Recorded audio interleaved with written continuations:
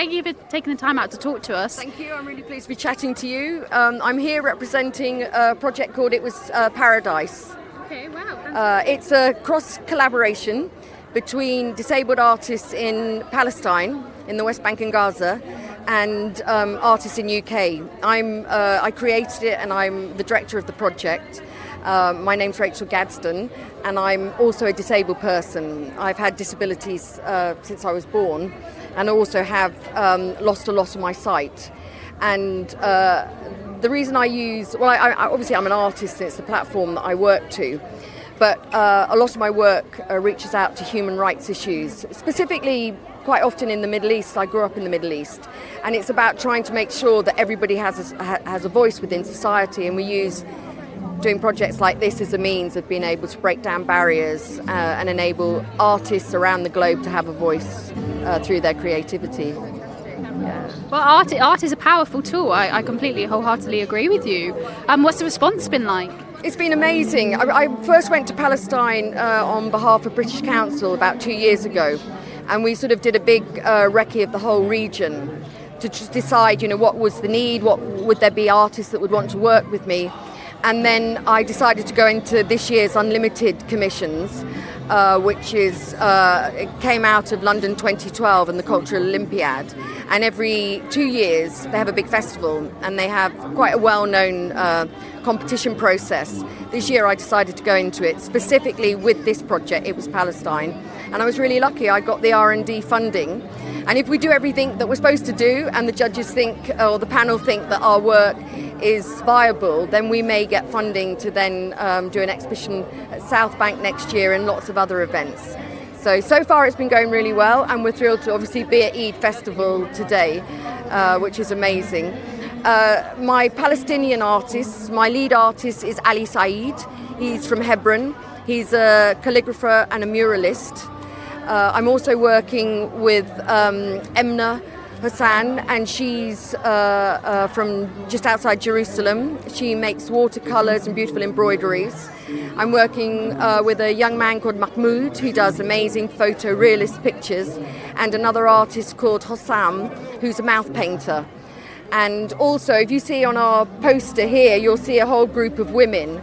They're a group of women from Jerusalem who have all suffered bereavement because of the difficulties in Palestine. And part of this story is trying to deal with issues around refugees, around migration, bereavement and disability, and using Mahmoud Darwish's poetry as a means or a vehicle to express ourselves. So It Was Paradise, the title of the project, comes from his collection of poems and short stories called Unfortunately It Was Paradise.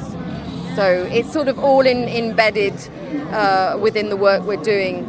The artists that I'm working with, they were actually due to be here at the festival, but there was some, not visa issues as such, because we're expecting them to come in October, but some of the visa interviews were withheld for a while, but they've now done their visa interviews, and 2 of them will be hopefully coming in October for an exhibition then. So it's quite an amazing project, and I'm very pleased to be part of it. So, and here we've obviously got this flower here. And this flower is a wild flower that grows here. It's a wild carrot, but it's a very prominent flower that grows all the way across the West Bank. And we chose it specifically because as a closed flower, it encages all its seeds as if they're imprisoned. And then when the seeds and the plant opens up, all the flowers open up and the seeds are given freedom.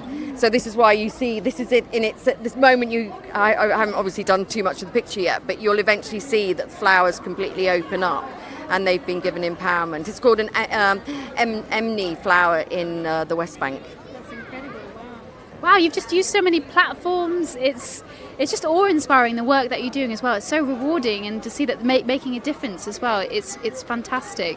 And my life was saved many, many times. I was resuscitated a lot as a child and through my adult life, and I sort of feel that there's something inside me that says, actually, I've been given this platform.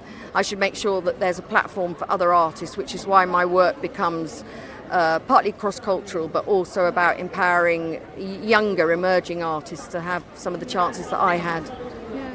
No, definitely. I find it really important that art is a tool for social change, and you're right, empowerment as well. Finally, just on the topic of Eid, what would you say is what symbolises Eid for you? Well, obviously, I knew about Eid from when I was born because we were in Kuwait, and I suppose it's celebration. And in one of the poem that we're really focusing on for this project is Mahmoud Darwish's poem Under Siege, and it sort of talks about the beautiful landscape and what an amazing place the West Bank and Palestine is. But then it sort of says we do what prisoners do, we do what the jobless do, we cultivate hope.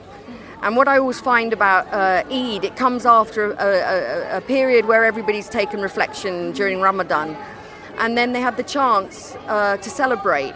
And I think probably cultivating hope really sums up what Eid Festival is. And also the mood today is incredible. And it's what's really wonderful. It's been difficult in London lately.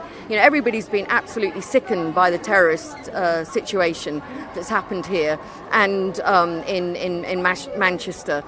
And I think that just to see so many people here and so many people coming out and supporting every culture, and particularly the Islamic culture, is really quite important.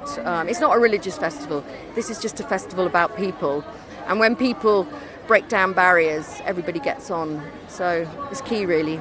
So it's an amazing day, and I'm really excited to be here.